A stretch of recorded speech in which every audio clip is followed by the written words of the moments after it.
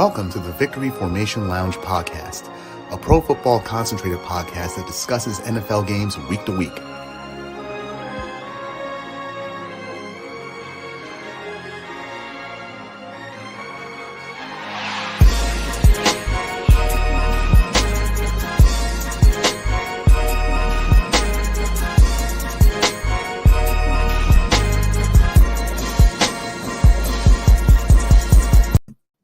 Yo, welcome back. What up? What's good? Welcome back to the Victory Formation Lounge podcast. Week 1 is in the books. Crazy ass week, right? We are missing one of our guests, but I'm gonna go around as we always do, introduce ourselves. It's Tony, Indianapolis Colts. It's Rex from the Winner's Circle with the Baltimore Ravens. All right. Cy, Patriots Nation, New England. Minos, dried out from the Monsoon Bowl, repping the Niners and Debo. Hey. Quagu, Bird Gang, Fly Eagles Fly, Philadelphia Eagles. All right. That's a spot. Energy. We're missing a both for Dallas Cowboys, and we already know why he's not here. They ain't Oh, them the boys. shame. They ain't them boys. Fun fact, the Dallas Cowboys were the only team to not score a touchdown this week.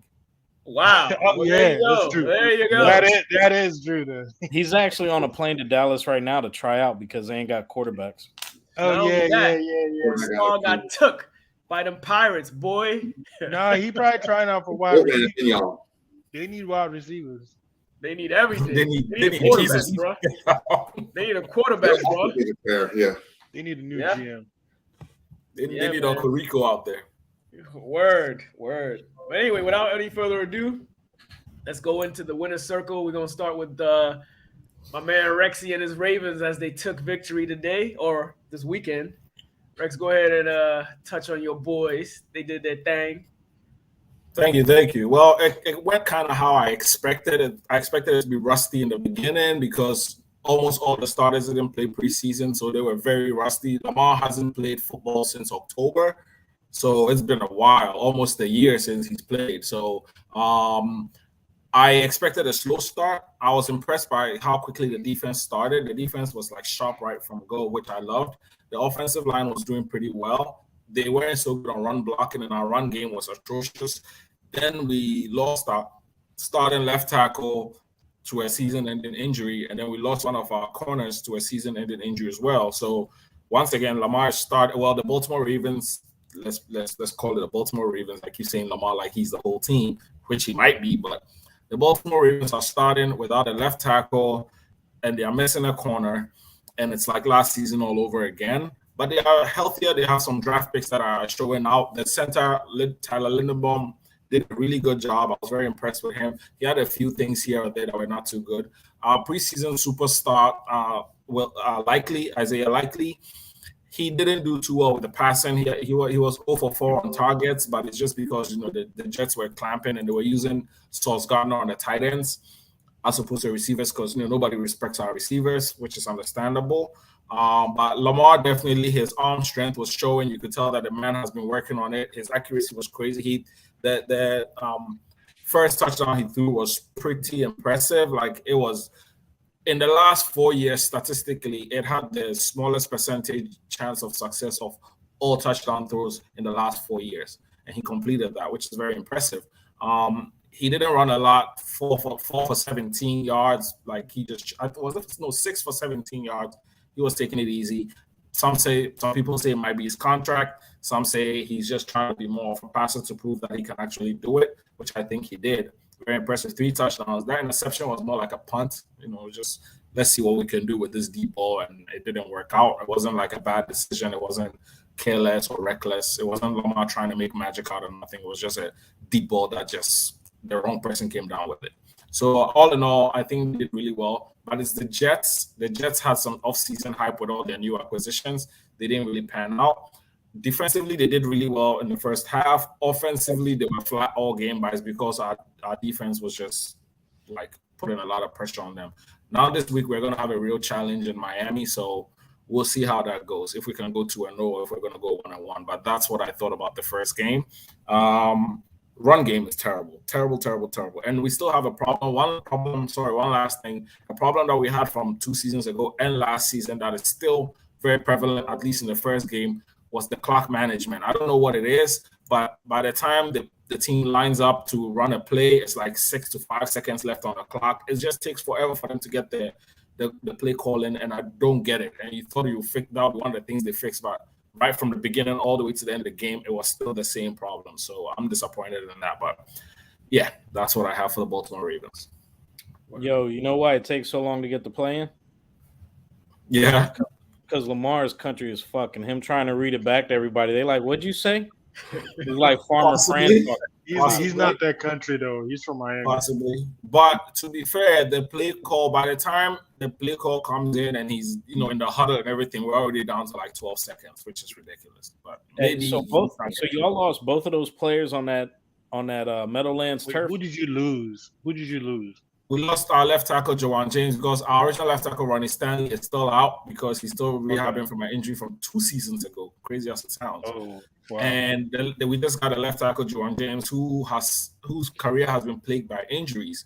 And he had a strong training camp, and he had a great game till he went down. We're able to hold it for the most part, but I'm very worried about the left tackle spot right now. We lost Kyle Fuller, who a couple years ago was one of the top players in the league. He had a slump, but we got to get him for the cheap, and he was a good replacement till Marcus Peters was really ready. We lost him as well. So we are back to being what we are, and then going up against Tyreek, Waddle, Mustard. Like, I'm very nervous about that speed if we don't have the secondary that we want, and if we can't protect our quarterback from the Miami. Because Miami they broke Size Boy's back, man. So that pass rush is legit. So I'm nervous, but we'll see. Yeah. Wait, you lost Marcus Peters again? No, he's not back yet. Oh, He's not officially back yet. Oh, okay. Oh, wow. He's game to game. So this game they just downgraded him to out. I see. Yeah, he's active, just not back. Yeah, no, I saw parts of your game. It was pretty impressive. Lamar, Yeah, he was slinging that thing. He was throwing things. He was dropping dimes to Duvernay. Had a few Bateman, dimes. He was throwing some dimes, man. Like, he wasn't barely even rushing. So that's right. He wasn't interested in running at all. He played the game like he called the game and managed the game like a vet. Like somebody exactly. It was like very fluid. Very fluid. There wasn't all that scrambling, running around, making magic that we always see. There wasn't a lot of that. I hope that continues. He might become boring, but he will.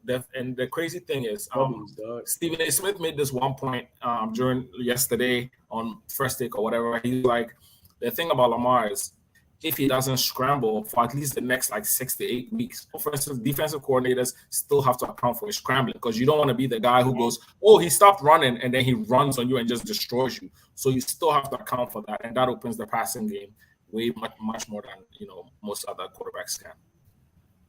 Good point, man. Good point. Your defense too did his thing. I definitely saw that. Beast. It was a complete game, man. It was real good. Outside of the injuries, I thought it was professional. It was a professional game, professional take. If they started out a little hard, they were obviously rusty. If they started out a little hard, they could have definitely hit the mid-30s with the points. Yeah, for sure. Anyone else want to have a take on that one? Any takes? Ready to move on? Lamar is slinging though. I mean, I didn't see the game, but I mean, I saw a few highlights. It looked like he was slinging around as much as I hit on him. He was balls got some zip. Yeah, he was doing his thing.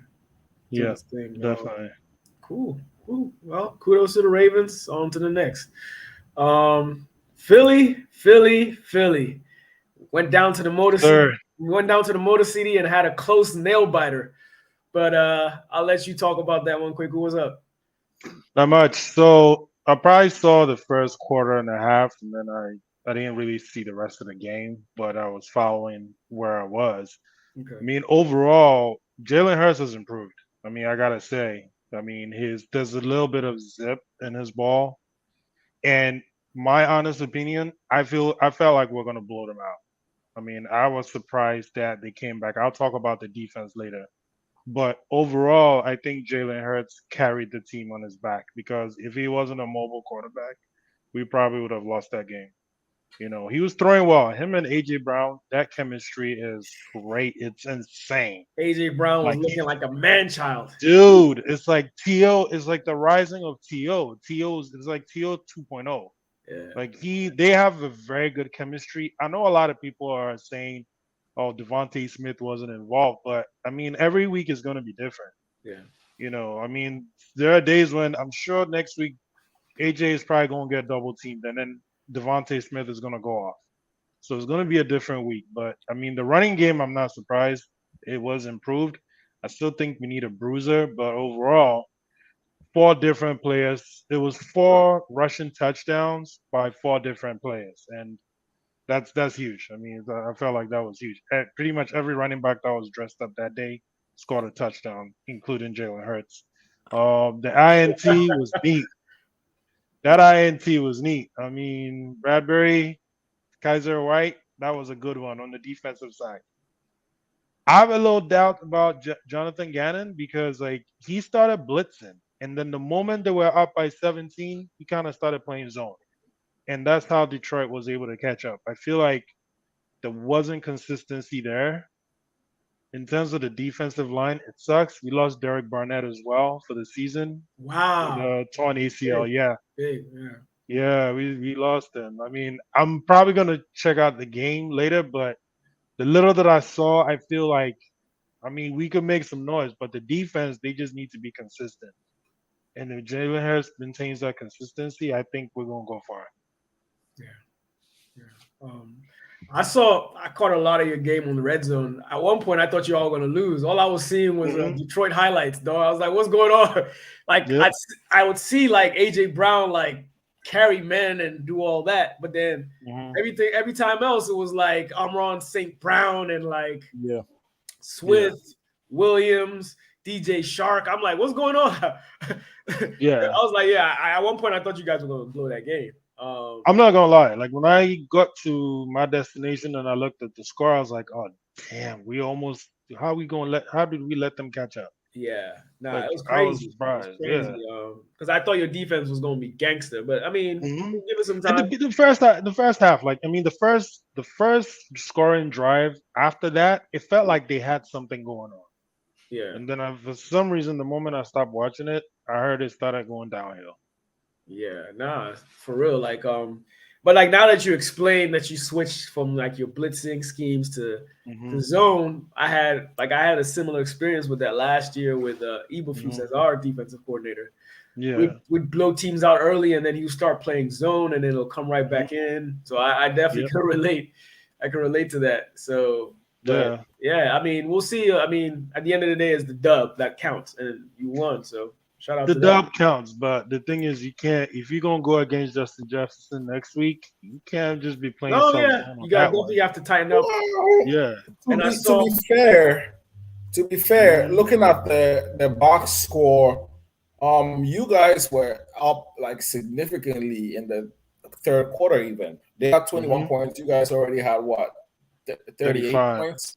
38. You didn't score it in the fourth quarter. So as at the end of the third quarter, you scored all your points. They scored 14 points in the fourth quarter. That's the thing. The thing with like some of these things is when you have such a big lead, you try to play a style of ball that will minimize potential injuries. And zone is good for that. So that's why defensive coordinators. The problem is when the team starts to catch up, can you switch and your players get back to what they were doing before, or will they be relaxed now? And it's a dangerous game. It's a damned if you do, damned if you don't. Because if they kept playing hard and then somebody got hurt, then Eagles fans will be like, why did you leave him in there? Why were you still playing this man hard like that? Like now he's hurt and gone for the season. If these guys caught up, Eagles fans will be like, why did you change your style? Which is kind of what you're saying now. Then what my concern is not even that. My concern is more, and you're saying that, 1 week it might be AJ Brown, 1 week it might be Devontae. I don't know, because 0 catches? No, because and the thing is this though, because AJ Brown wasn't double teamed in this game. They're gonna figure. Then this is the thing with the NFL, they will figure you out quick. Yeah. Hold on. So you're trying to tell me that the Detroit Lions doubled Devontae Smith and left AJ Brown? No, it was 1-on-1. But what I'm saying is this, though. This is what I'm saying. the following week they could double team AJ Hey, Rex, Brown your joint and is forget freezing. about Devontae Smith. And at that point, is. Jalen could decide to go in that direction, or they Mhm. might just decide to run all over them because everybody is looking out for AJ Brown right now. No, And no, to I answer get your what you're question, saying. I'm just Devontae saying, like, had 0 targets. Hmm? say it again.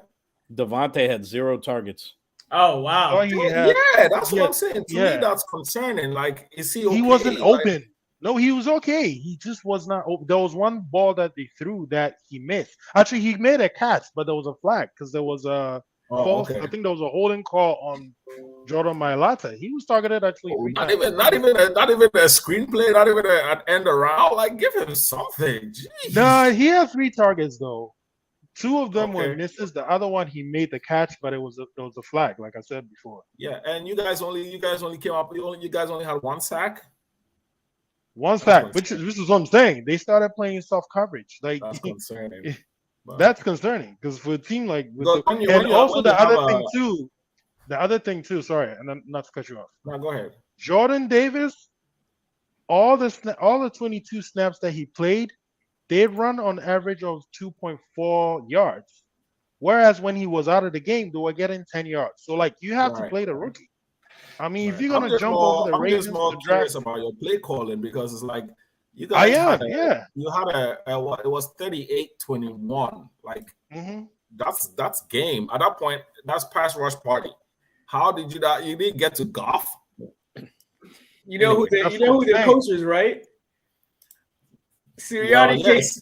Sirianni came from the Colts. You Right. remember what happened to us last year? That's what I'm saying. That's what I'm Yeah. saying. That's what I'm wild, saying man. because Eagles pride themselves on sacks. Yes, a lot of those tendencies were similar to what we were going And that's through the last thing. year. And that's the thing. You Like, have I mean, anyway. you have a defensive coordinator that he's more worried about the deep ball. It's like, dude, attack in the front.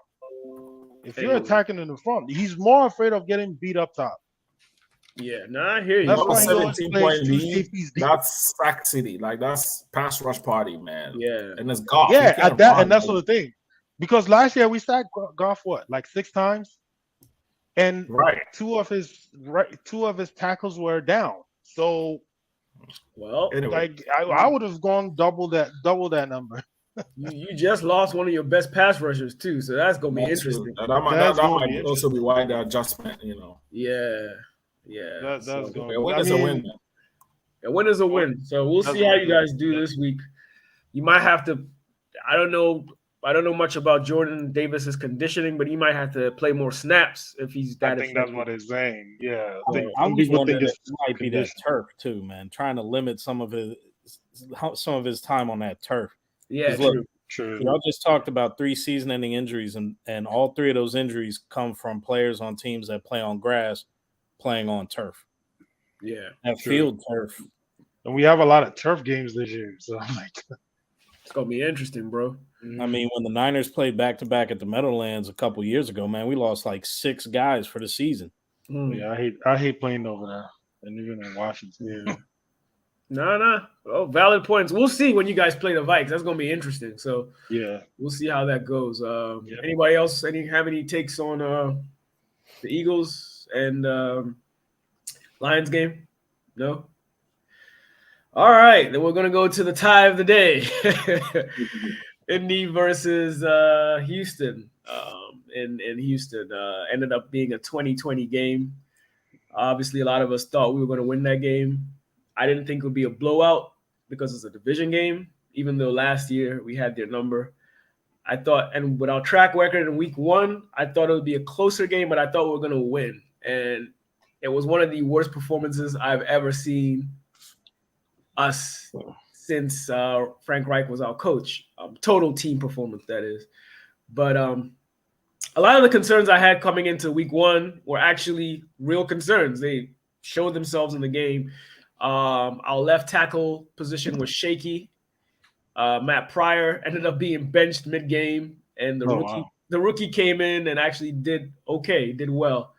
Run blocking was actually pretty good. So Jonathan Taylor still did well, and the blocking for run was good. But then outside of Michael Pittman, a lot of the players were dropping passes. A lot of the skill position players were dropping passes, which is very much my concern coming in because I hadn't seen many of them in preseason because the starters didn't play much. But even with that said, on the bright side, as close as this game was, it should have been a blowout because the stats were very lopsided throughout the game. We really dominated the game, and we made stupid mistakes like center to quarterback, handoffs, fumbles, and then they recover. Obviously, Jerry Hughes made a huge play when he read that screen pass and intercepted Matt Ryan, which was good. So a lot of their scores were like in really good field position. Obviously, OJ Howard 8. He had two of their three touchdowns. So, but a lot of them came from good field position because of our errors. Otherwise, we should have really killed them. Like as bad as we played, we left Sunday as the number 1 overall offense in the league.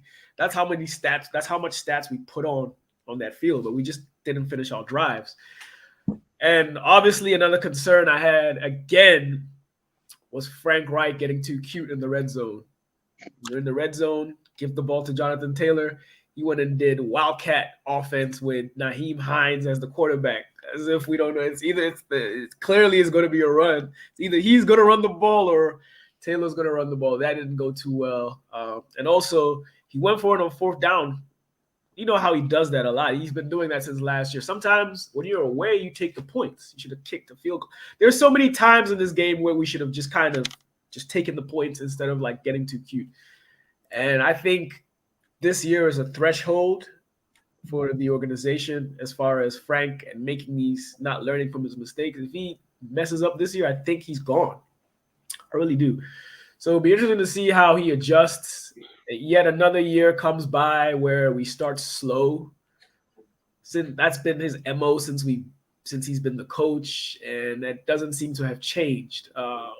Luckily for us, we came back hard in the 4th quarter and tied the game. At one point, it was like 23 or 26, and we ended up tying at 2020. We had a chance to take the lead, win the game in overtime. Obviously, Rodrigo Blankenship missed a very makeable field goal in the dome, and it ended up costing him his job, which is understandable given his track record at this point. And I think that is also another concern in the organization as far as GM and coach, where like they keep holding on to Rodrigo, and in the offseason, instead of bringing like competition that is, NFL level or his, they usually bring someone that's like lower or someone coming out of college to compete with him. So he's like, he never really has competition in training camp. So by the time we get to the league, to the season opener, he's the unanimous kicker. And clearly he's cost us at least 4 games in the clutch. And I think now it's the straw that broke the camel's back, and we ended up having a draw. On the bright side, the rest of the division lost, so us and the Texans are on top of the division, which is crazy. But I think a lot of it is cleanable. We had chances to score touchdowns. I know Alec Pierce had a wide open touchdown that he dropped in the end zone, and I'm not going to fault him too much. He's a rookie, but he should have had that. Ashton Dulin he caught the pass and lost concentration and dropped it. So like there were some key areas that were in the skill position side that really disturbed me throughout the game. I think the defense played lights out. I mean, but it's the Texans, but they played very well. They kept us in the game. Otherwise, it could have been ugly. But all in all, I think these things are fixable. Next week we go to Jacksonville, who's I think is a tougher opponent. But there's still room for improvement. On the bright side, we still put up a whole lot of offense. We just could not finish our drive. So, I mean, we'll see. I'm not panicking just yet, but concerned a little bit. I'm not going to lie. So, but a draw it is.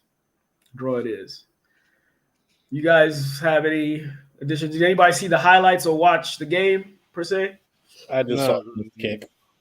You saw the missed kick. Yeah, it was. I mean, I'm not gonna say this. I know three of us wear glasses, but how can you trust somebody who wears glasses to kick at a crucial moment? I That's mean, rude. Kareem Abdul-Jabbar wore glasses. Who? Kareem Abdul-Jabbar wore glasses. Yeah, but that's basketball. He's on the court. This one, you have a whole wide view. I mean, I don't know. Blankenship, I don't think it was his glasses, if that helps. I don't know what I think he struggles under pressure. And They we do. got the letter from the ADA.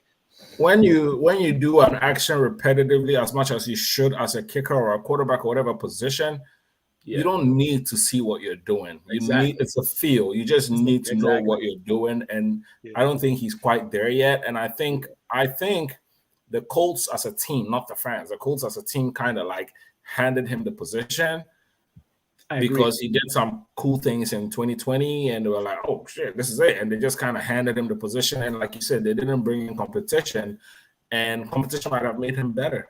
Yeah, He absolutely. also dealt with injuries. So, there's a lot of things that could go into making a kicker kind of have a slump. But his slump has been long. And this offseason, he should have had some competition that might have helped. Even we with Justin Tucker, every offseason we have another kicker in there. They might not be on his level, but they always get a job when they leave. Like, that's the kind of level it is. Anyway, 500 total yards of offense. Like, that is a lot of offense. When you hear that, you're expecting to hear like a score in the high 30s, low 40s. Exactly. So that is interesting. It sounds to me like drives were just not finishing. Yep. A lot of fumbles. Because you only punted 4 times. A lot of fumbles. A lot one of was like, lost though. No. You only lost one fumble, so It was fumbling. Which running was it? Which running? No, a lot of it was like quarterback to center. Quarterback to the so like it ends up being a sack and a loss. So like the drive is stalled, that kind of thing. So and then also we went for it on 4th down. We could have literally kicked the field goal. We're away. If it was home, it's different if you go for it. Like you have the momentum, you have the crowd behind you, but you're away, you're gonna go for it. So like those are the things with Frank that I'm like, I hope now that we have a really competent, like a leader type of quarterback, when he suggests stuff like that, he shuts the shit down. Because like sometimes it just doesn't make any logic sense why you would go for it in 4th that early in a hostile environment. So think about it. I mean, Frank Reich came from Doug Peterson, and that was Doug Peterson's armor. Like you could be 4th and 8 on your 30-yard line, and he would still try and go for it. I know, but then as you become more experienced as a coach, you should have a feel and know when to do this stuff. I mean, I always feel for 4th. The only time I'll go for 4th down is if it's 4th and 5 or lower, and if I'm within the 30-yard line. But you have to trust your at that point. And if you have a whole lot of momentum, like exactly. Certain aspects have to kind of go your way, Right. So, but it was really sloppy.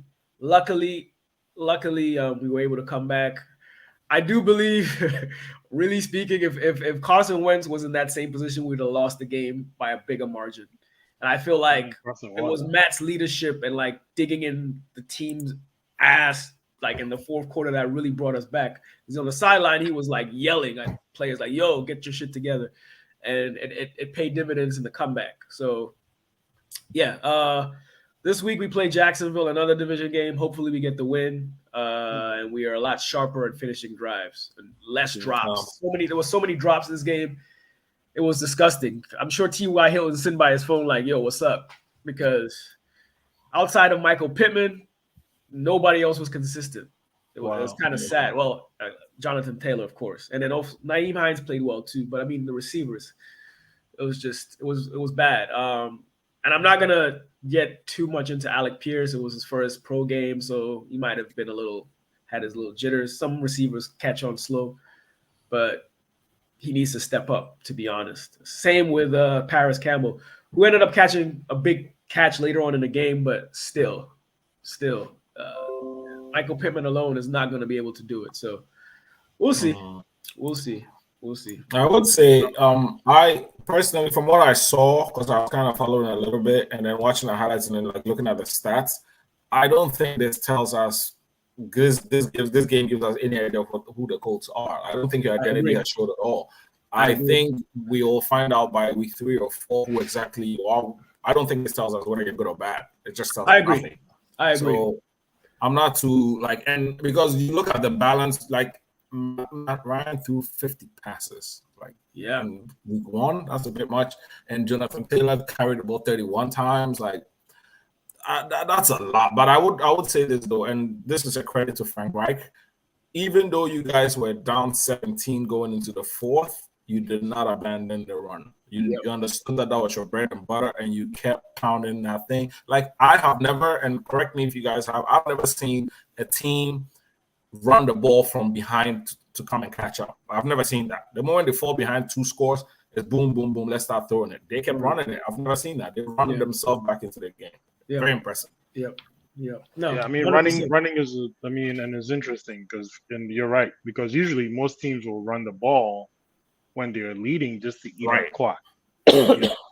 Yeah. But you guys were just running. Like I know what. Yeah, they were behind 17 in the 4th, and they were still towing that still rock. running. Respect. Like wow, that's crazy. Yep. And then to back to attribute to what Rex said, that's part of the reason why he passed 50 times too, because we're coming from the back too. Right. So we'll see as the season goes what this really means.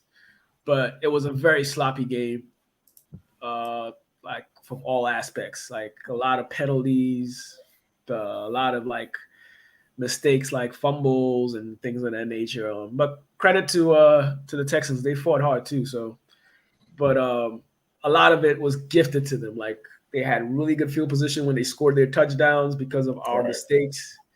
So I mean, we'll see. Yeah, week 1 was a trap game too. You started your season in a trap game. That definitely 100%. hurts. And 100%. Minos will attest when his time comes how a trap game can go wrong. 100%.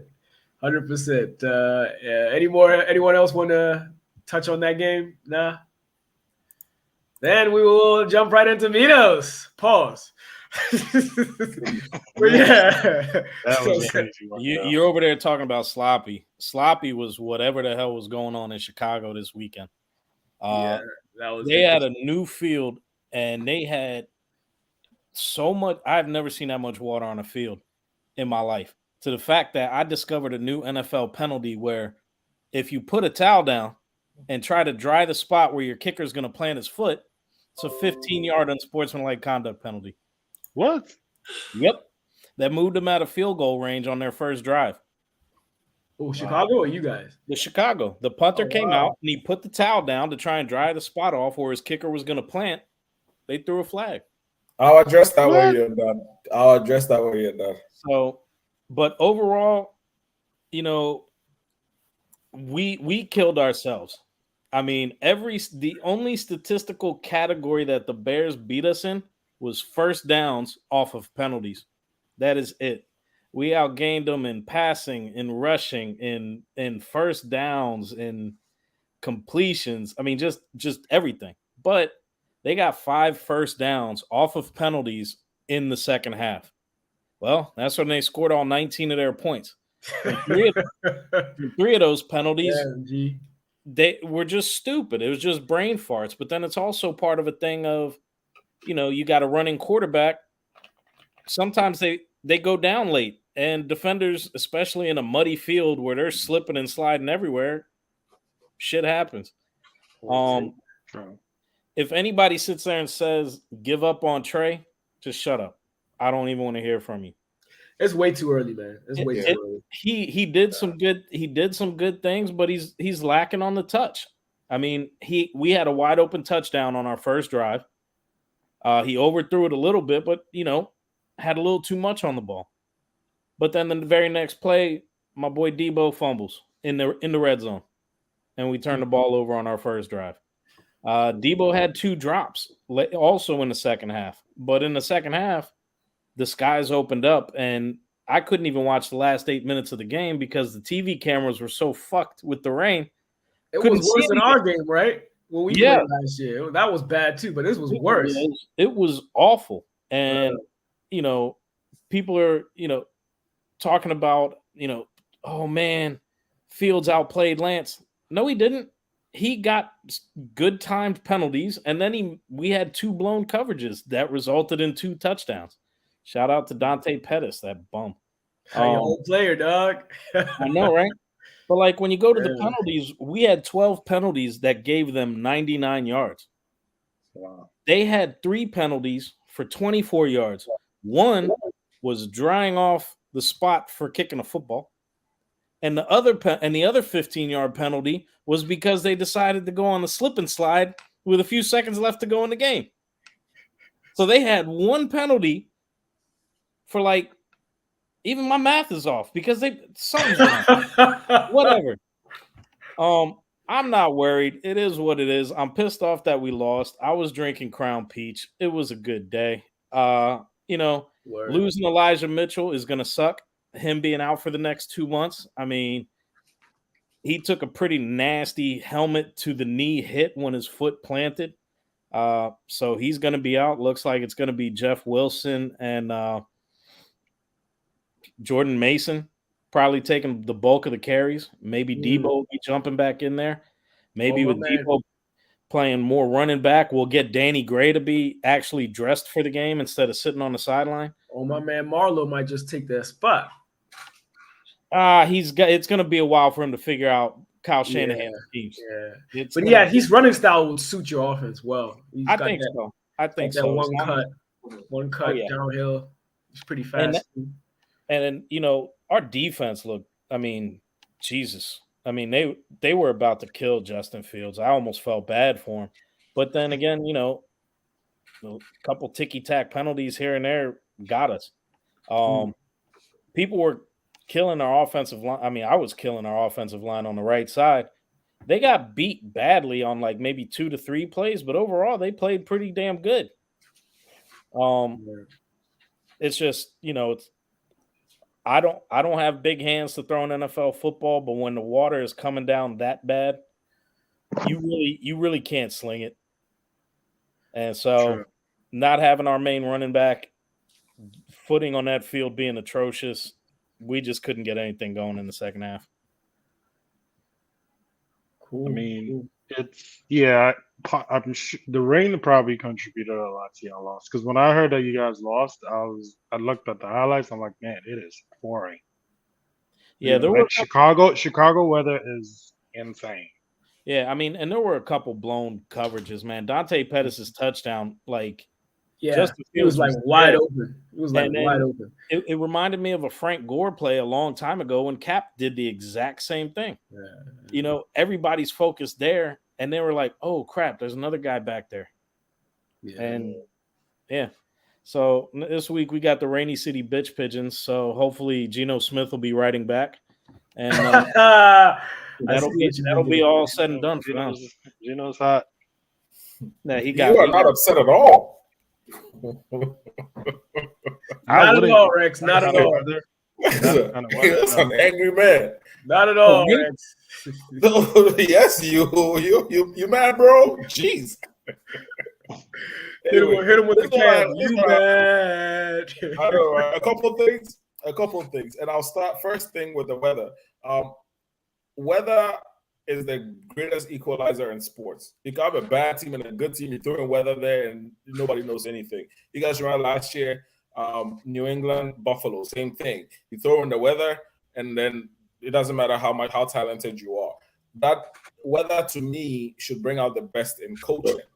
So coaching is responsible for penalties with regards to penalties in general. That's where coaching comes in. That's where your coaching assistants are supposed to know the rules about different things and how to behave and how to keep yourself from getting penalties in bad weather, because bad weather is hard to think, it's hard to perform. So you have to just at least keep yourself, try not to shoot yourself in the foot. San Francisco didn't do a good job of that. With the towel thing for the Bears, that's one of the things where a coaching assistant should know. You cannot bring in a foreign object onto the field to help give you a competitive advantage. You can't do it. Unless you're a prisoner from the Patriots that has a hold on. Let's not take shots. Let's talk about this game. If it's a towel that he already had on him, like how the players hang the towel, that's acceptable. but you cannot bring something else on the sideline to come clear up space. That's why you can, in the snow, you can use your boots because they're already part of your uniform and things like that. You can't bring a foreign object to come and clear space. So that flag, I knew about that because I look at weird stuff, but that's something a coaching assistant should know. Now, looking at your game, to be honest, this doesn't tell me anything about Trey Lance. It doesn't tell me if he's good, it doesn't tell me if he's bad, it doesn't tell me anything. Because whether a bunch of boys from Southern California come are dealing with rain, they don't even they have water to drink. They don't know nothing about water. Like, come on, it's not their fault. Of course, they're going to lose that game. But the thing is, and you're talking about the blown call to like Pettis, for example, it's Trey Lance. What's the other guy's name? The Bears quarterback. It's Justin Fields. He runs out. You're expecting him to run. You don't expect him to throw. And he threw across his body, which is a no-no in the NFL. He just got lucky. So I'm not going to see that and say, oh, the defender screwed up. They did what they were supposed to do. He did what he was not supposed to do. It just worked out. He failed upwards. That's what I call underneath that tight end that pulled our safety and linebacker. When I think our safety was supposed to stay out wide. Probably on wide out. But that's my point. In bad weather, that's where coaching comes in, discipline and coaching. And I don't think this tells us anything about San Fran, so I'm not worried at all. No, we about to wreck shop next week. And usually, I believe with rain, snow, teams that tend to prevail a lot, besides what Rex mentioned, are teams that have a solid running game. Because that's when you have to run the ball. Because throwing in that weather doesn't really work. Dog, right. And you lost the running back. Debo fumbled. Yep. Like your running game wasn't working out. Yeah, because I even take it back to a couple years ago when Philly played Detroit. It's your running game that in the snowball. But the Bears didn't have a running game either. Miserable, by the way. But that game the Bears didn't have a running game either. So nobody had a running game. So I don't know if that was what made the difference. I think the Bears just got lucky on this one because I'm looking at the stats like you said. Pass them, rush them. Your YPP was better than them. You had more first downs. You had a better third down efficiency. Like they got all their first downs. You had more time of possession. You had everything better than them, except for penalties where you had 12 flags. Crazy. So you did it. Fumbles and interceptions. Hopefully George Kittle's back this week too. Right. Kittle will make a difference. But anyway, I think you guys are going to be fine. The 0-1 teams, I'm not worried about you. I'm not worried about the Colts. New England, I'm a little worried about because they haven't even played the best team in their division yet. So we'll see. Whoa. They're 0-0. They played one of the best. Yeah. Well, they're only 14, so it's best and worst, and then two in between. You can't say one of the best when there's only 4. You need a bigger sample size. You got to see Miami and Buffalo. We'll see. What? You were just unfortunate that this was his start happened to be in a monsoon. Right. Like the way your team is built, you should be okay. He'll be fine. He'll be fine. Yeah. Man, he's Daniel LaRusso and Karate Kid too, man. He'll be just fine. I personally still wouldn't have signed Jimmy, but he'll be fine. Hey, it keeps him away from the Cowgirls. Oh, you might trade him to them now. No, we're not.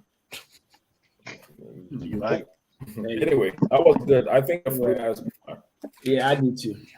Anyway, on to our next. The Patriots. Okay, you know how good things used to be in AFC East? It ain't like that no more. And this is only the first game. Anyway, we lose 20-7 to the Miami Dolphins.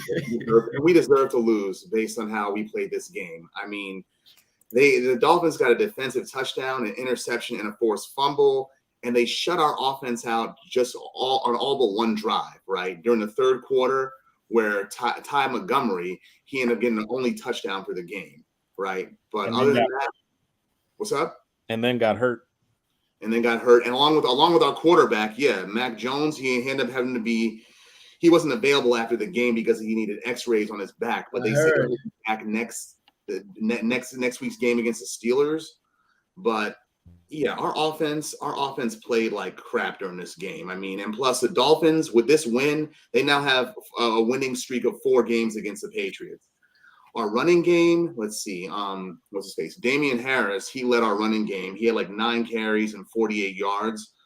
As far as the others, the receivers, Jacoby Myers, he had 4 receptions with 55 yards. And Kendrick Bourne, they should have used him a whole lot more. He only had 1 reception, but for 44 yards. Personally, I blame if it's true that Matt Patricia was the game, then here's what I think they need to do. Bill Belichick, go to the football minor leagues, the AAF, see if you can get Mike Martz, bring him as your offensive coordinator so you can tailor his greatest turf. What's the greatest show on turf offense for New England? Yeah, and what's it called? And Dolphins, their secondaries, they just shitted on our receivers. Javon Holland, Xavier Howard, they intercepted passes from what's it called? Devontae Parker in his Patriots debut. They intercepted the pass intended for him. They just made us look bad during this entire game, and we only got to their side of their territory like 6 or 7 times, but we didn't finish nothing. We got to do a better job in finishing. Is what I think. Man, we got there, and we got down there in Florida, like what's it called? Days earlier, right, to acclimate ourselves to the hot weather, and look where that got us. I'm gonna say this, dog. Yeah, I'm listening.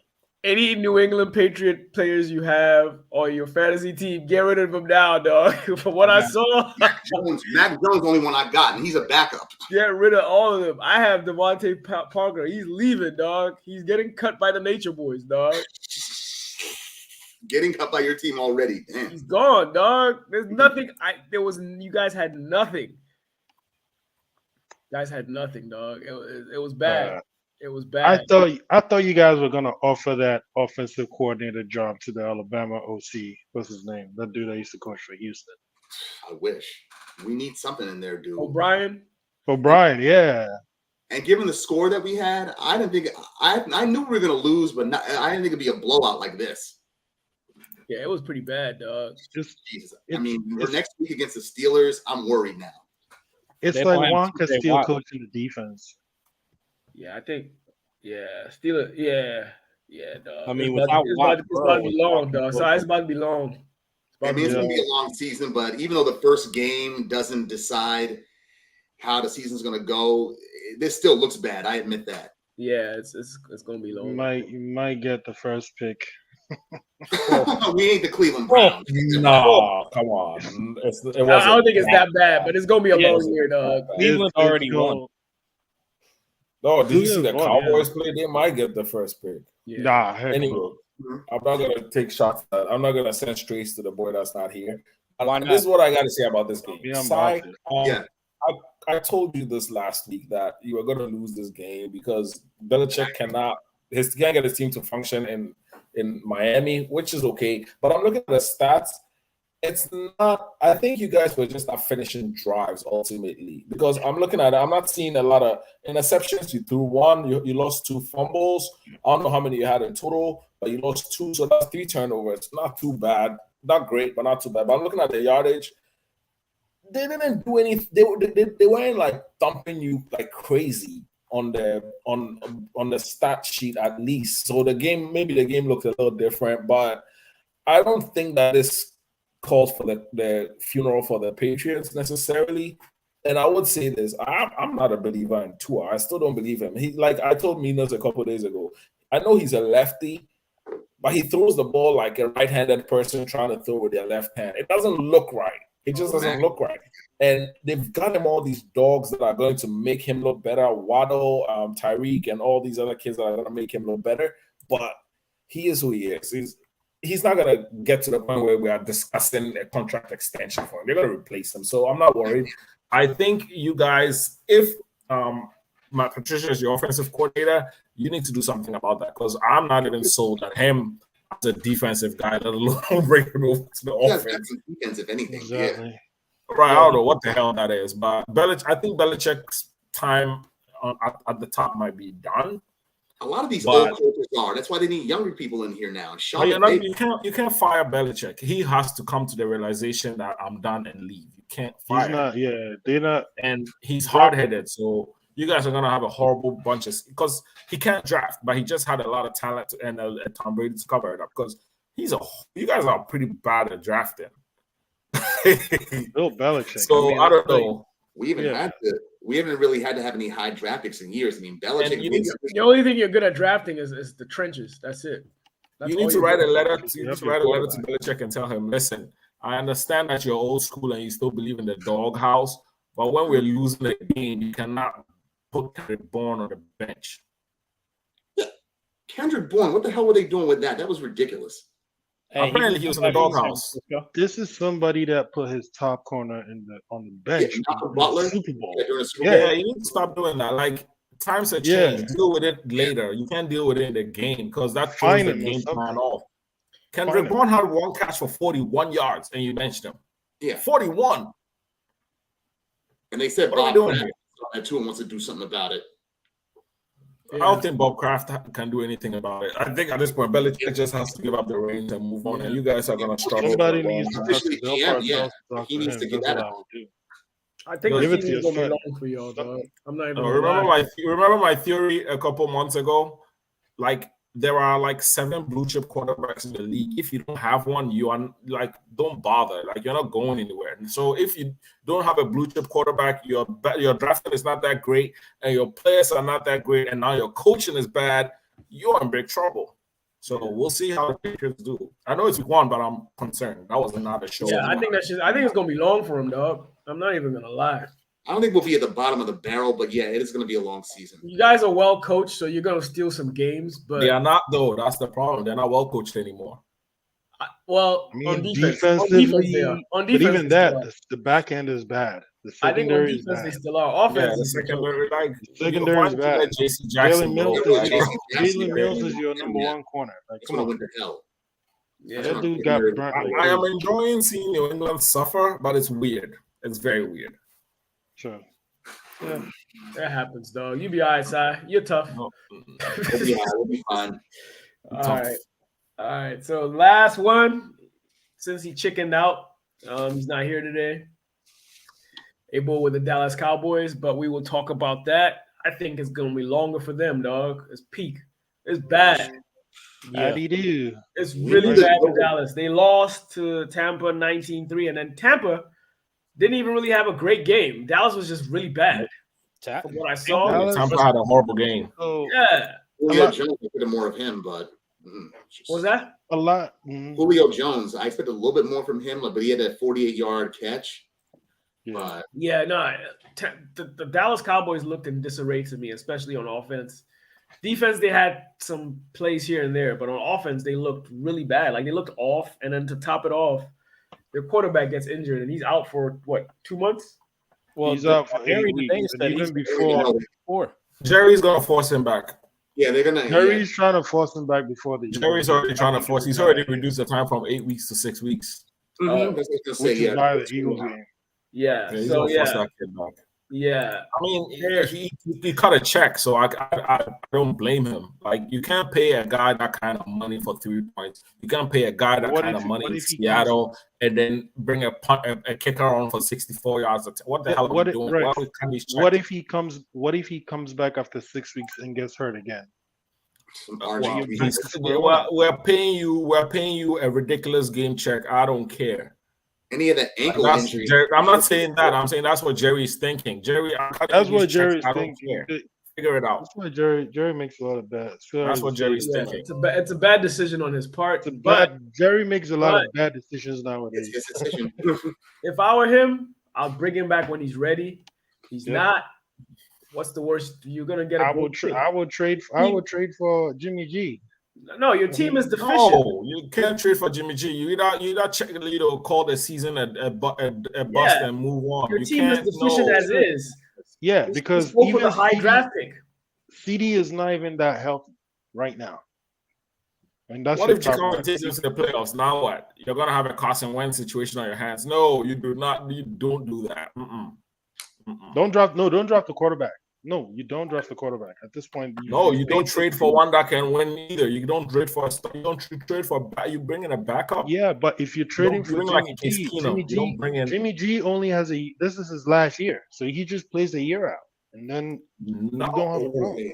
You're not understanding. If Jimmy comes and they go on a streak, that creates a problem in the locker room. You can't do that. We've seen it multiple times in multiple. It might be a problem in the locker room, but comes right on time. guaranteed He money comes though. right Perfect timing. There's a lot of guaranteed Yes, money. sir. Tell us about the Dirk Cowboys has a game. lot of guaranteed money. Yeah, go ahead. We were just discussing. It's terrible. Discussing the elephant in the room, bro. I No, was tell us what you listening to it. saw. I was Hey, listening tell to us it how in the many background. touchdowns y'all got. Look, it was simple. The team was not prepared, was not well coached, especially on offense. Jerry and the front office made this offseason personal by cutting Amari for no reason, cutting Lyle Collins. I'm like, they purposely nerfed their own team. The defense got better, but the offense got nerfed. Dak, I don't know. Even before he got injured, he wasn't playing well. He was playing like crap. And this has been going on since his calf injury. Since last year, after his injury, he's not played well. So I don't know. I don't know if he's not seeing the field well. If you're gonna take all that money, you better be playing at a high level, because you're not gonna get weapons on the outside. For years, we saw like the Saints with just Kamara and Thomas dominate, score a lot of points. Aaron Rodgers, just Aaron Jones and Devontae Adams. You have CD, you have Zeke, you have Schultz. It should be more than enough to at least move the ball. If you're not going to score touchdowns, at least move the ball. But yeah, the offense was very deficient. They looked like they hadn't played preseason. Yeah, it looked bad. And it looked really bad. It looked bad. It was peak. Did they But- play preseason?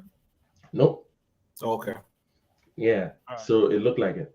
And to top it off, left guard got injured right off the bat. Mhm.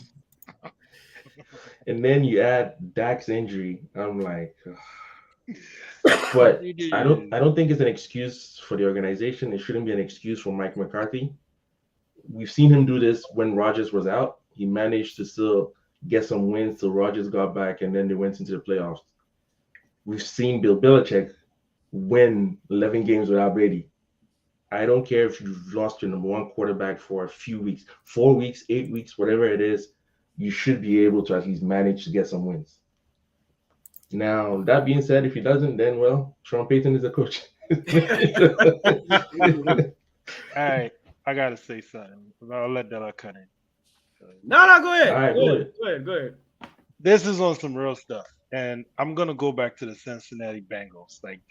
And this is more advice for Jerry Jones. Mike Brown had to take a step back after the whole GM thing, and now the Bengals started signing free agents. Mhm. He relinquished control to his director of football personnel, and that's how they got to the Super Bowl. And that's how they've been able to get a lot of players. I think Jerry Jones needs to relinquish some of this control to Stephen Jones, and that's just. I think he needs to, because a lot of his philosophies are old school. You cannot win purely through the draft. You gotta you gotta sign free agents. I think that's where I disagree with you, because Jerry's philosophy is, I'll buy my way to a Super Bowl.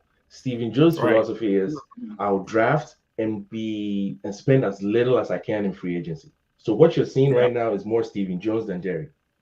Exactly. I was also gonna say the Bengals are a horrible example to use for this, because I still personally believe Good this example Bengals for the Super last Bowl was a year, fluke. though. The last year, because listen, I don't think Dak can go to Jerry and say, "Yo, I want that player," compared to Joe Burrow going to Mike Brown, who's probably more hard-headed than Jerry Jones. I don't know how to say, people "I give want this player." organizations. How do you give an organization credit for losing so much? You get the 1 overall pick and pick the best player coming out of college. How is that a benefit? How is that a strategy? No, I'm not talking about Burrow. Close your ears. Oh, Jamar Chase, they had a bad season and got a top 5 pick again. That's He not a got a strategy. top 5, but he That's knew not- what he wanted. He knew what he wanted, so he's like, "I want that guy." As opposed to the left I don't tackle think that that- I don't. I get what you're Because saying, they were gonna but I don't take think Dennis- that's a credit to the Bengals. I think there are a lot of organizations that have done better with less. And some of the examples that, like Abel gave, like the Patriots when they lost Brady and all that stuff. The Bengals, to me, you can't have 2 bad seasons and then pick top 5 twice, and then you struck gold on both of those picks, and all of a sudden it's like, oh, look at this smart plan that we have here. In another 2-3 years, when those chickens come home to roost because they got to pay all these people, then we can tell. Let's give them 3 years and see if they're really good. Talk about the Bills. I'll give you the Bills because the Bills saw a quarterback even before he started becoming the superstar that he is. They're like, yo, go get Diggs. Then they're like, yo, go do this to the defense. That's an organization that's putting it together. The Bengals are not that yet. Like, that's a horrible example in my opinion. Getting there. That's what I'm trying to tell you. They're getting there. We don't know that. They just lost to a team whose quarterback was Mitchell Trubisky. Like, we don't know that. The quarterback just threw 4 picks with all his superstars on the field. We don't know shit about them. Like, they went to a Super Bowl. Woohoo! Like, what does that mean? I mean, it takes a lot to go to the Super Bowl. When was the last time the Ravens went to the Super Bowl? I mean, even the Eagles. It's been what? 2012. 2012 is when they went, damn it. It takes a while to get to the Super Bowl, bro. So if you went to the Super Bowl and you didn't even win it, even look at the Cowboys. It's been what, almost 30 years? Hey, how did we get into this?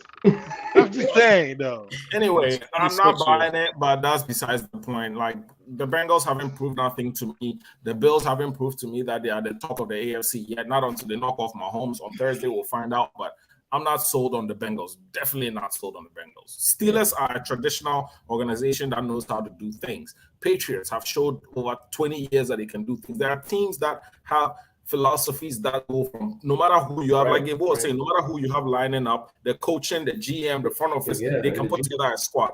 The Bengals sucked for 2 years in a row and got a number 1 overall and a top 5 player. All of a sudden, we're talking like the Bengals are some great organization. But they signed free agents. The Cowboys are not signing free agents.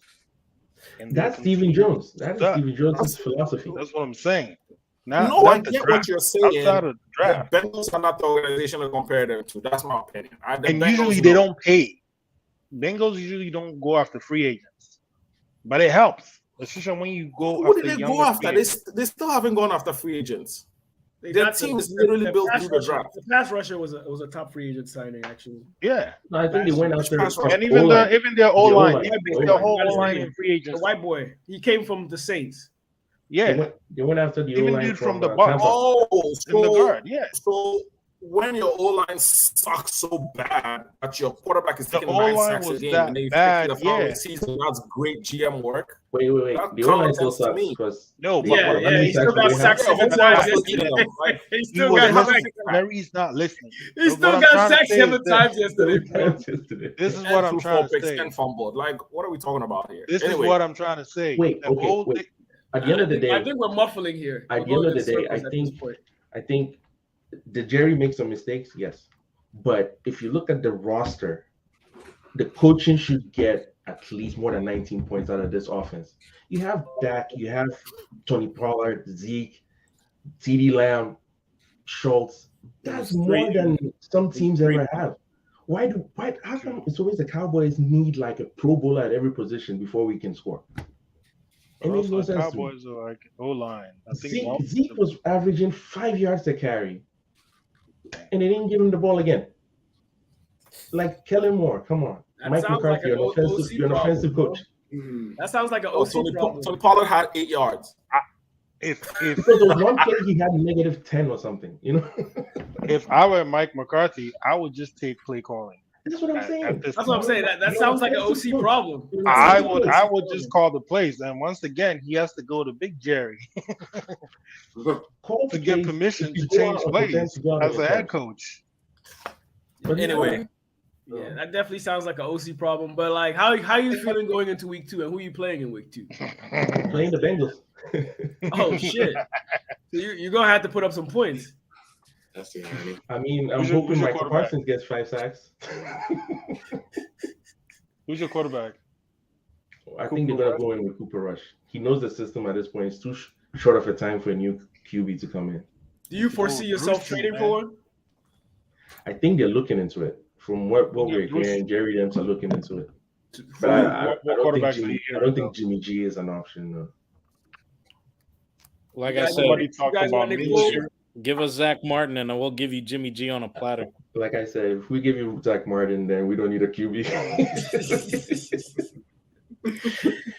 Oh about Trayvon Diggs? I mean, I know he got beat in that last play, but I think he had a good game. I think the defense. I thought he had a decent game too. Yeah, I think Yeah, the defense played well. If you hold Tom I Brady, thought so too. to 19 points. Yeah, Tom Brady has home issues now. So no surprise. No, but they play well. Yeah. Credit to the defense. I think the defense held their own. The offense just couldn't move the ball at all. Wide Michael receivers Parsons was couldn't catch. unstoppable, man. Woo. I thought if CeeDee Lamb wants to be a number one wide receiver, he needs to act like it. That's my concern. I don't see it yet. He's very finesse. He's got I don't see it routes, but he doesn't have that dog element. No, he doesn't seem like he's a good route runner. He's got that heart. It just he doesn't. I'm not convinced. I used to take a hit. This is his first game facing a double team. Let's give him a couple of weeks, and now he's lost his quarterback. You guys, be patient with CD. CD has potential. Let's see. I think CD is not. This is his third year. He's not somebody you get excited. Yeah, about. but he's always had a mark. As much This is first time being the guy that's facing all the attention. I mean, you're comparing him to Justin Jefferson, same draft class. Who's doing that? I'm not doing that. But that's what I'm saying. That's the number one wide receiver. No, a better comparison. A better comparison will be Michael Pittman. Comparison will be Michael Pittman. I mean, if you're number one wide receiver on the team, Michael Pittman has more of that dog element than CD. Yeah, I can definitely say that. I think CD is probably more talented. Let's give CD some time. I believe in CD. I think CD will be good. Just give him a little time. I The Oklahoma boys think they just need that. You're right. They don't have a lot of dog in them generally, but I think CD has more than most. I think he will. Yeah, I mean, we'll see. Yeah, I think he needs. I think the problem is bigger than CD. I think the offensive line needs to figure itself out. I thought the offensive line, especially the left tackle, the rookie, I thought he held his own. He wasn't bad. The backup guard that came in, I mean, he gave up a sack, but wait, wasn't he the guy? Wasn't he the rookie that got beat to get their hands on Dak's finger?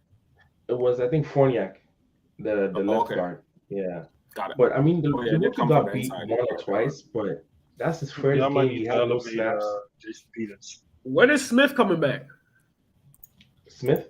Yeah. Just December. He's probably not going to come back. But Jason Peters probably might. I don't know. They'll probably rush him this week. We'll see. He's just getting back into game shape, right? He might play guard though. Is he getting back? Is his issue just getting back into game shape? Yeah, he's getting back into game shape. It's kind of like Shaq Leonard. Yeah, they don't want to rush him back. Yeah, they're just trying to get him back into game shape. That's it. So, but yeah, anyway, it'll be interesting to see America's team, how you bounce back. Bottom of the division already. Yeah. Boys. You don't get why we call it America's team, because like when they lose, America wins. Anyway, on to the next games. The other games, obviously the Bills and the Rams was a blowout, 31-10. The Bills. You guys want to talk about that? I didn't really watch that game, so I don't really have much to say about it. Honestly, thank you, John. The Bills played well. I mean, it's just the secondary was a little bit. I mean, they got some interceptions, which was great, but I feel like the Rams could have taken advantage of that. But, the Bills were just too much. The defensive front was like, man, the Rams just won the Super Bowl. They had all their families out for dinner the night before. They were celebrating with their families out, come out of town to see them play again. Those boys were not ready to play ball. Come on. And not only that, but Bills Mafia took over that stadium. And not only that, and then Josh Allen is, he's the man right now. Buffalo, like somebody said, the Buffalo Bills actually have a Buffalo playing quarterback. Like you can't stop him. He's fast, he's strong, he's big, he has a big arm. Like he has everything you need, and then he has all these guys outside. Like first game, they're gonna show out. Let's see how they do for another 4 weeks before we get too hype. The Rams are gonna be fine. The NFC West is obviously showing that a loss in week 1 don't mean anything because almost everybody lost. The worst team in the division was actually the only one that won. Whoa! Are we sure? Let's go home. Yeah, I think so. Everybody lost. I mean, no, Seattle won. Yeah. The Rams need some fans though. Damn. I mean, the Rams. I don't know if Stafford is. No, they've been is, to 2 Super Bowls in 4 years. Who cares if they have fans or not? but I don't know They're if the fine. Rams. If Stafford is healthy though. Yeah, I think- exactly. We don't know what Stafford is. We don't know. Cam They Akers. abandoned their run game real quick because their running back decided that he doesn't want to block, and it pissed off their coach. Like a lot was going on the field. The defense, they started showing up early, and then later they were like, I'm tired. If the offense won't play, neither will I. Like, Yeah, Allen Robinson was a no-show. I expected No to show. change. I expected because to the man kept like I don't think he knows the playbook well enough. He's been there a while, but I don't know. They just kept putting him in the same route. He kept running the same route over and over, and the defense like just a stayed on 5 top yard of him because they're like, he's not going deep because this quarterback can't throw deep. So that was an advantage for the Bills. Obviously, from the beginning of the game, you could tell Matt Stafford doesn't have the deep ball like that. So they were like, they just played blanket coverage and like, I figure it out underneath. And that's what happened. So I think the Rams are going to be fine. The Cardinals I'm more concerned about. Yeah, I think we'll get to that game in a little bit. But the next one was The Bills. The only thing that can stop the Bills are the Bills. They need to stop with I the agree. silly penalties and the fumbles and just focus in. Right? If they focus so in, losing to the Bills doesn't mean you're a bad team. Yeah. Correct. Like even back to the Bills, I mean, I get it. Like when David Cook fumbled, I feel like they should have still at least tried to bring him back in. Like they just put him on the bench. Like, okay, I was shocked about that. They might have. I'm like that could rip a rookie soul. Like literally. Especially towards the end of the game. I still think he's your best back. It's just a matter of time. It's just a matter of Yeah. time, but we'll see. Yeah, that team just needs to hone in and they'll be unstoppable. Yeah. Then again, Kansas. We'll get to that too. Saints 27, Falcons 26. That was a good game. I actually was Falcons choked again. They played better than I thought, but it's a division game, so I guess it's kind of expected. But that was a good game. Can't guard Mike came out and showed out. Actually, their passing game came out and showed out. Landry played well. Jameis was on fire, so they played well. I mean, Kamara was barely a factor in that game. So it was like a shootout. Yeah, I thought Atlanta played well, man. Yeah, I think so too. I thought they run the ball well with Patterson. So did I. I thought Mariota played well. He played decent. Mariota played well. Drake London played well. Kyle Pitts was off, but that could be fixed. I mean, but yeah, it was a good game. Anyone else want to touch on that before we move to the next? All right, then we had Browns 26, Panthers 24. So much for Baker's revenge game. Bruh, Baker was who we thought he was, dog. He was holding the team back. That's not fair. Baker did okay. They just didn't have a good game. Well, he lost to Brissett. Nah, man. I'm not a fan. Jacoby Brissett was the starting quarterback, dog. You should have won that game, bro. Keep pounding. You should have won that game. I don't know. But okay, then we have Steelers 23, Bengals 20. That was a good one. Nice overtime. My field goal at the end. Was a nice overtime. That was fun. That was a fun game to watch. Like Tomlin definitely got like those black Air Force Ones. He got the team the night before. They showed up on the field, man. They showed up on the field. I think like, those boys. That the offense was okay, nothing crazy. Getting to the end, they kind of picked it up, but the defense. Oh my god! I think the Steelers would have put the game away if Najee wouldn't leave the game, they would have won it in regular time. Najee leaving that hurt them a little. Yeah. I'm impressed that they still kept it together and won that game because. Yeah, and coaching cost the Bengals the game because they had that thing won with that Jamar Chase touchdown that their coach didn't challenge. Yeah, terrible. Yeah, terrible. Absolutely. Like fans were behind the bench screaming at him to challenge the play. They're like, we have it on our phones. Like he was a touchdown. That's there you go. Quickly, that's the problem. When you have so much confidence, you're like, oh, can get our next play. Oh, they can do it. So don't worry about that. And that's what happens. Yep. Good points. Jaguars 22, Commanders 28. That was a No. surprising game. I Nah, think this game, if there's any game that shows you Carson Wentz through and through, it's this game. Oh my God, Because yeah. this game shows you how Carson Wentz thrives at his The good and the strengths, where his receivers can just kill you deep and he will thrive. And at the same time, he will also bring you back. That man is Harvey Dent. I didn't man. see that He is game, bro. Harvey Dent to the core. This my game, Did he throw any? this game is the epitome of Carson Wentz. Like, Did he throw any interception? are you kidding me? He brought Yeah, the Commanders were leading like big time. should have won that. And he easy. started throwing picks. And then, lo and behold, the Jaguars came back and almost won the game. He likes throwing picks to that team. Yeah, them man. coffee, Man, I can't wait till next week. This them guy- coffee mugs kind of overshadow the win, though. Oh yeah, side. Go ahead, touch on that. Yeah, them coffee mugs that they were selling out of the Washington Commanders official truck or whatever, where they have the Yeah. W logo superimposed over the Washington State, an outline of Washington State as opposed to the DC triangle. Bro, Who did that shit? that organization is a dumpster fire, man. That's why the Eagle fans are suing them. Nobody Dan organization Snyder like needs to fucking sell the Apple team, PC. dog. Dan Snyder needs to sell the team. Sell the Oh, team, God. build a new stadium. Like, dude, Put him Oh, through he hell. need a new stadium. He needs to get rid of the He team. need a new stadium. The way Jim I Irsay refuse to hates go that to that guy, stadium. dog. Seriously. Jim Irsay hates that guy, dog. But yeah, he needs to sell it. He's embarrassing that franchise, bro. You know they're even getting sued right now. The 4 Eagles fans that fell Yeah, from rolling yeah. down Taylor, they're suing. Yeah. Wow. I'm about to buy tickets just to see if I can get something that'll give me a lawsuit with those guys. Yeah, Hey, I wanted just to give go me to a the call. game. Like, wife feels like, nope, not that stadium. Yeah. Anyway. All right. Our next Terrible one, game. we got the Chiefs 44, Cardinals 21.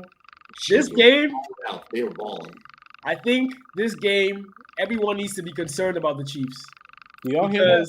because this might be the most What is that? impressive game I have seen Mahomes play.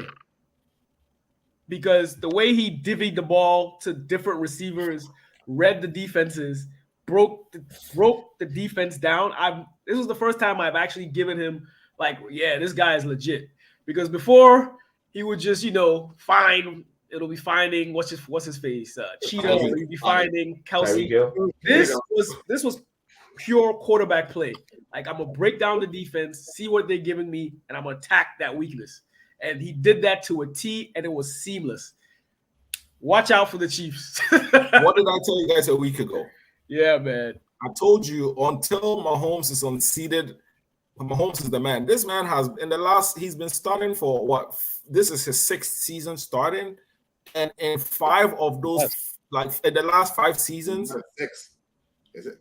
Is it 6? No, he I thought it started. was His less. first start was 2018 Yeah, when he won the 2018. MVP. 2018. So 18, 19, 20, 21, 22. This is his 5th year. And his first 4 years starting, this man has literally gone. The lowest he has gone is overtime in the AFC Championship game. And you guys are ready to crown Josh Allen over him? Nah. Mahomes not going out like that. Until Mahomes is getting beaten by teams, Mahomes is the man in the entire NFL to me. Like, nobody can see him. I think this year he's gonna prove his worth to me. Because before I was like, it's a product. He's not a fluke. He's not a fluke.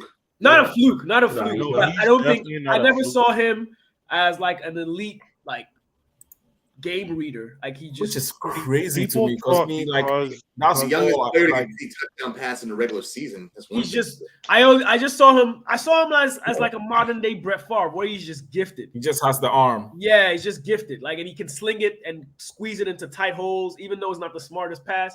But this game, he was playing pure IQ quarterback, and he showed it to a T. So I'm interested to see how that works as the season continues to go. Now I think- let's look at the other side of the coin. Is Let's that look at the other side of the coin. Was it good KC or bad Arizona? Arizona looked horrible. No. It was good KC because Mahomes was spreading the ball around. So like it wasn't just like, oh, this guy's better than you, so he's gonna get like 10 targets. He No, but I was spread like, out. the entire Cardinals team was horrible. maybe it was a good. I think they thing were that- shell shocked. I think they were The caught entire off team guard. was horrible. That's why it's like they were not prepared to play a game. They're used to him. They're used to Mahomes looking like he's winging it out there, not actually having a game plan or being able to read the field. Man. Well, Not you only guys that, don't I have mean, to look too far because this week he's playing a good one. So we'll see. Yeah. They play the Chargers. So we'll see. This week they're playing a legit team. So we'll see Yeah. how that Khalil goes. Mack has been rejuvenated, bro. Yeah, and he's going to play like a proper defense too because this defense is lights out on the pass rush. So, I mean, we'll see. We'll see. Yeah, But that first game was impressive. It might have been like outside of like some of the crazy throws he's made, as far as like a cerebral aspect, it might have been the most impressive game I've seen him play. So I just we'll want to see. hear a mic'd up version of the Chiefs-Chargers game where we see what's it called, Joey Bosa saying, "Quit throwing the ball so fucking fast, Mahomes." Right. I mean, we'll find out. I think it's the Thursday night game too. So Thursday night, it's TNF, gonna be a baby. good one. It's gonna be a good one. What else do we got? We got the Raiders 19, the Chargers 24. It's a decent game. I thought the Chargers definitely deserved that game. They played an overall better game than the Raiders. Obviously, Devontae was unstoppable. He helped bring them back, but I mean, Carr struggled because of the pass rush. So it was a good game though. Good division game, as the score tells. So yeah. The Chargers are like, it's weird watching the Chargers. Like anytime I watch a Chargers game, even if it's just highlights, their offense looks so incredibly explosive. Like it just looks like this guy threw for 400 yards. It just looks so crazy. The passes all over the place, and then you go look at the box score, and it's like, 320 and one touchdown. I'm like, wait, pedestrian what? and stuff. Yeah, he looks like every throw of his is a highlight reel. That's the thing. Yeah, that's the thing. You know, like he had one that touchdown. Oh my God, he had like 5. What do you mean 1? No, that touchdoone though, bro. Look at he was throwing balls past defenders' ears as they run it. Like it's insane. It's insane. Like that ball, like it was a video game, would just have like that fire icon just go. Yeah, exactly. And then you see all that, and then the final score is like 24-19. Like, wait, I thought they put up 40 points. Like, it just looks so. The Chargers are like that though. They get in their own way. Yep. I think this year they have no excuses. Their coach gets in their way. Yeah, I think this year they have no excuses because they have the personnel to be a threat. So everybody has crowned them. Everybody, they and the Bills are the most picked team to make the AFC Championship game. I mean, I don't think the Chargers are there yet. Which is ironic because I don't think they're there mentally. Chargers are there, but I don't think they're gonna go far. I think the Bills are closer to the playoffs. Yeah, I think the Bills are closer. I have a prediction. I have a bold prediction. Justin Herbert will be the first quarterback to get paid like a top 5 quarterback without making the playoffs. Who? Justin Herbert. Oh, damn. I mean, technically Carson Wentz did because he didn't do anything. He made it to the playoffs. He took them to the playoffs. He got them to 11. He got them to 11 wins. No, not that one. That was the year that they were the NFC least. Not the year before. That's 2 years. No, the one where Jadeveon Clowney knocked him out. Yeah, that one. Yeah. He was already paid before then. He was paid in the offseason after the Super Bowl when he didn't do anything. Yeah, that's true. Yeah, that's true. Yeah, but because I don't know if the Chargers can make it out of the AFC. We'll see. They should, but they should. But if they don't make it, they still got to pay him. You're right. They should, but I don't know. Like last year, they should have made it out too, but they didn't. But here we are, right? So, and if they don't make it, they still got to pay him. That's why I believe that he will be the first quarterback to make top 5 money without making the playoffs.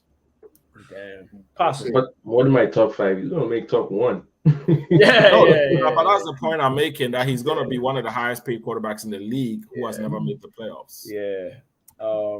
Okay, we'll move. Packers 7, Vikings 23. I kind of saw this coming. I saw this coming. Rodgers was gonna mail it in. Yeah, I saw this coming. Damn, dude. I mean, I was telling you. It wasn't his fault. A lot of it was just a lot of drops, bro. A lot of drops. Oh, that drop was ridiculous. The first one? The Watson kid, that's why I was happy with it. He was one of the guys on our radar, and they picked him before us, so we went Alec Pierce. I mean, Alec Pierce also dropped a touchdown, but that drop that he had, he was wide open and a touchdown. Yep. It reminds me of that. Rodgers has to do a better job with his facial expressions, though. Come on. Yeah, no, he was like, Yeah, they got blown out week 1 last year too, and they still won 13 games. Yeah, nah. Yeah, I'm I'm not. not worried about Devontae Adams. Packers. I don't think anybody's worried about Rodgers and his boys. I'm not worried, I no. think after he threw that first bomb that was supposed to be an easy TD and got dropped, he kind of decided, all right, I'm not going to waste my time and get hurt in the game.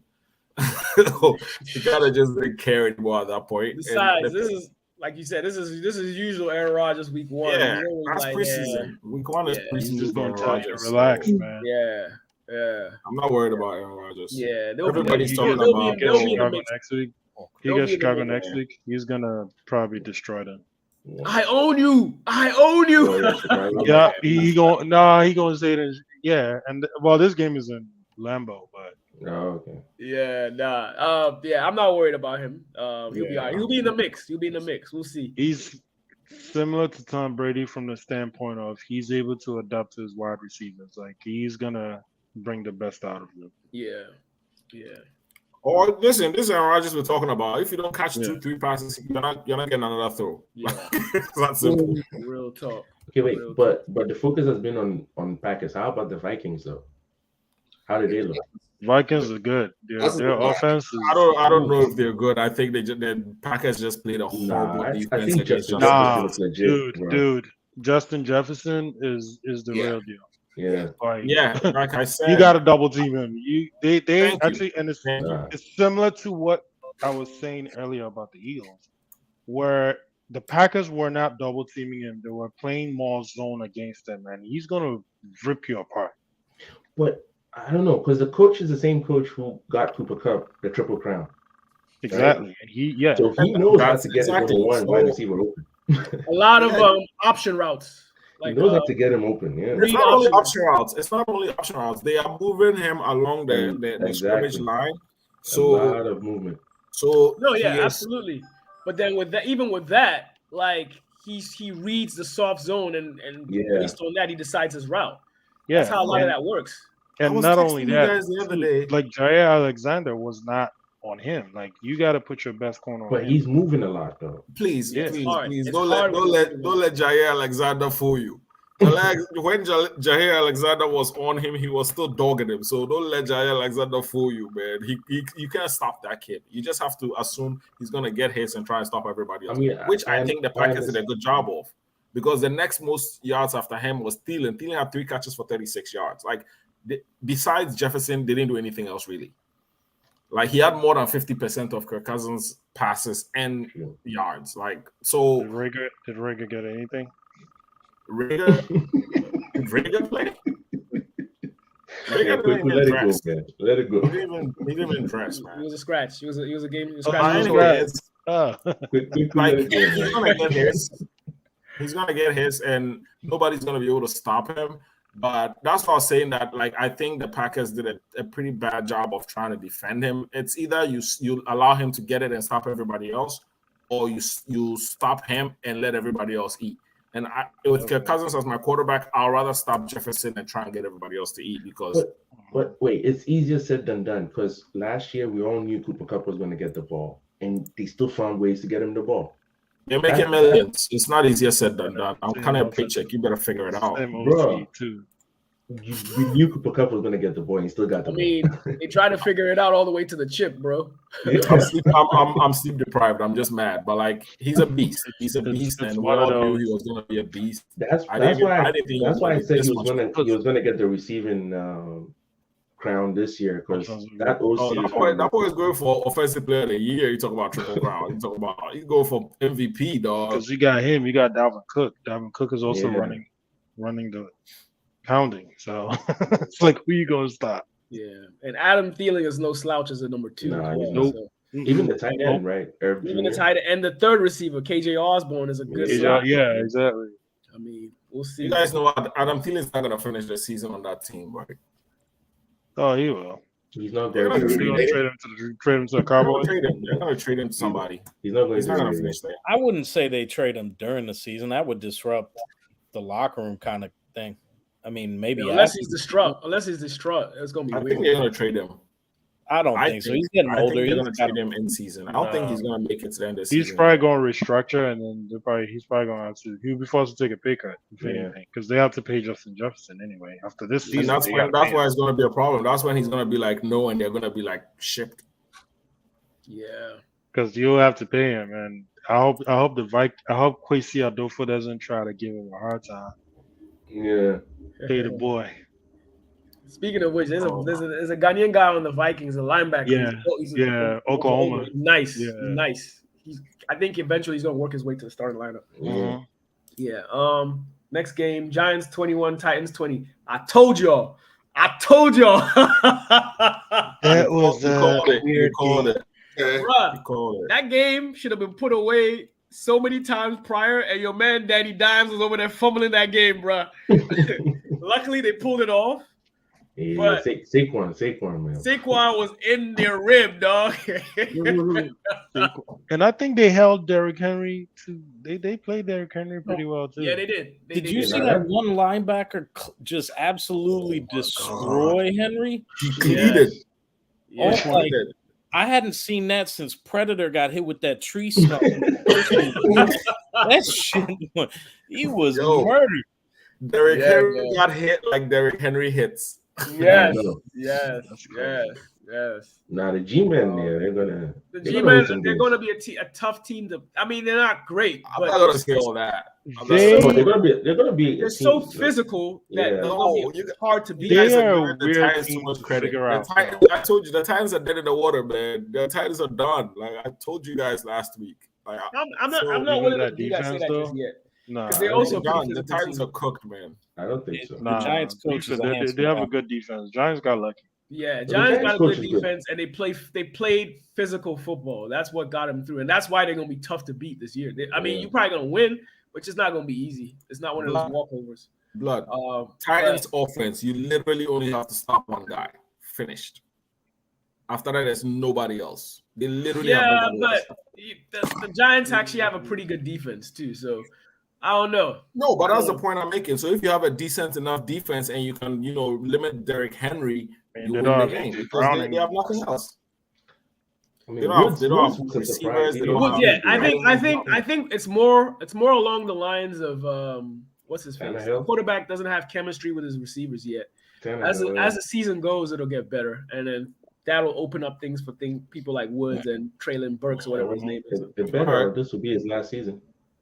Yeah, it is gonna be last season. Regardless of if it is, I think like you For said, Ryan Malik- Tannehill. Yeah, I think Malik is going. Oh start. yeah, Malik is going to take over. Yeah. Yeah. So, but that was a cool game. I was happy because it helped us in the long run. Jeez. Oh yeah, and then obviously the Monday night shocker: the Broncos 16, Seahawks 17.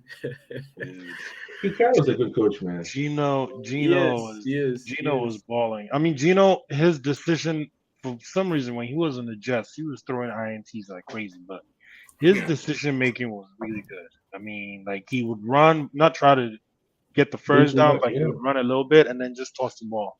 And they already sold on Geno too, already having a Geno chant when he made his first touchdown in the first quarter. Mm-hmm. Yeah. What I'm so surprised how it ended.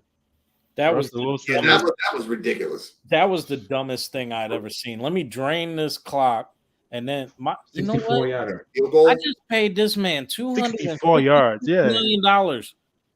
Well, you know what? Let me let my kicker. Yeah, Fix the 64 game. yeah.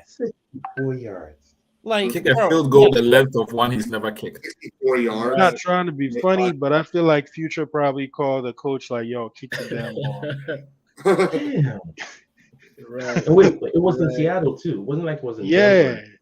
Why would you try a 64 yarder in Seattle? That didn't make any You had- sense you had- considering how much they're paying. Cause but You not only that, you have a running quarterback. 4th and 6th, if I you will go can't for get it. If you Yeah. can't get 5 yards in that part of the game, like what You the don't deserve hell that money. are you doing? Because they had like a minute 15 seconds left. Make the play, That's like, Yeah. and then you got like a minute and change to try and get even closer. that's like Mike McCarthy, bad clock management. Mhm. Yeah, Seriously. The funny Or part Andy is- Reid. I'm gonna say Andy Reid. So it doesn't Yeah. look like I'm taking a shot at Cowboys. wait, Andy Reid too, like bad clock management. the funny part is, it's like when he was in Seattle, was let Russ cook, so he left, and you're still not letting him cook. Yeah, man. Yeah, man.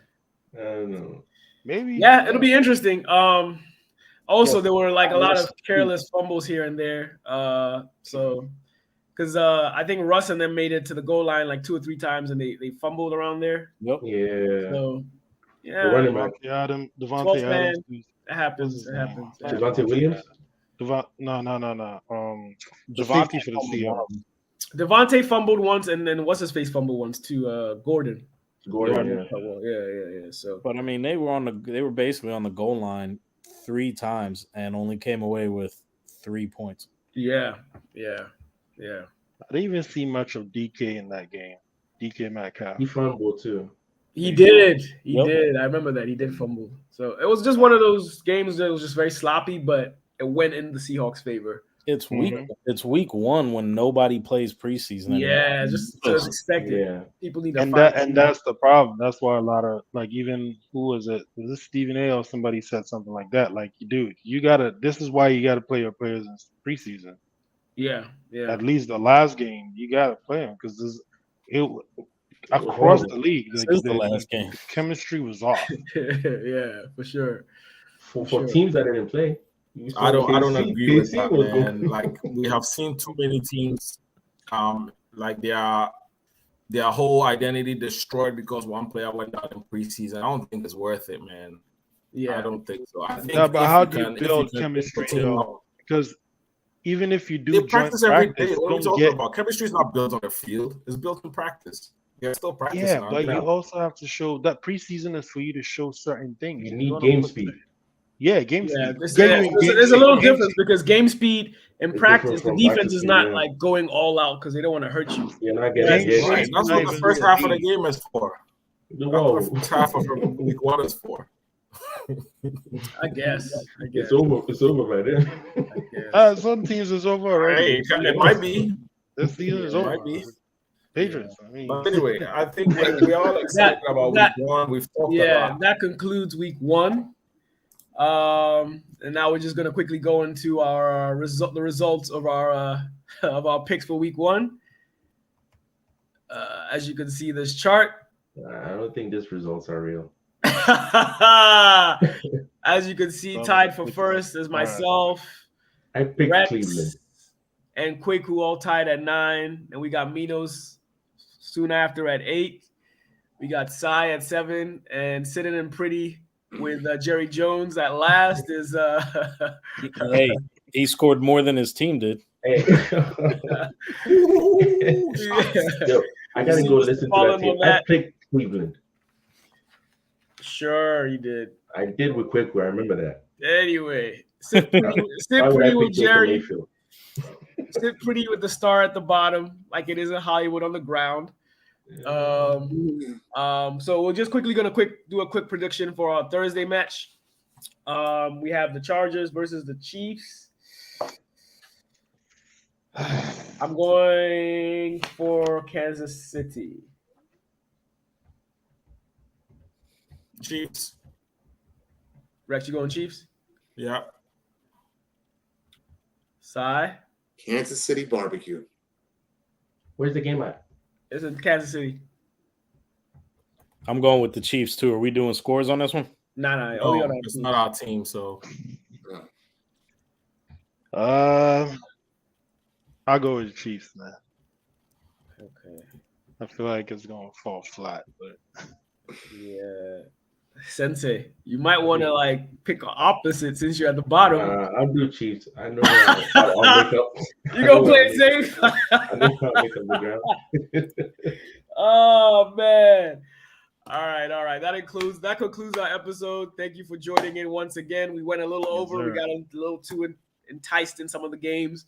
We'll try to make our recaps a little bit shorter in the future. But once again, we're grateful for having you guys watch and follow us through. Feel free to leave comments and suggestions, whatever. So in the comment section on our various pages, YouTube and Twitter and Instagram.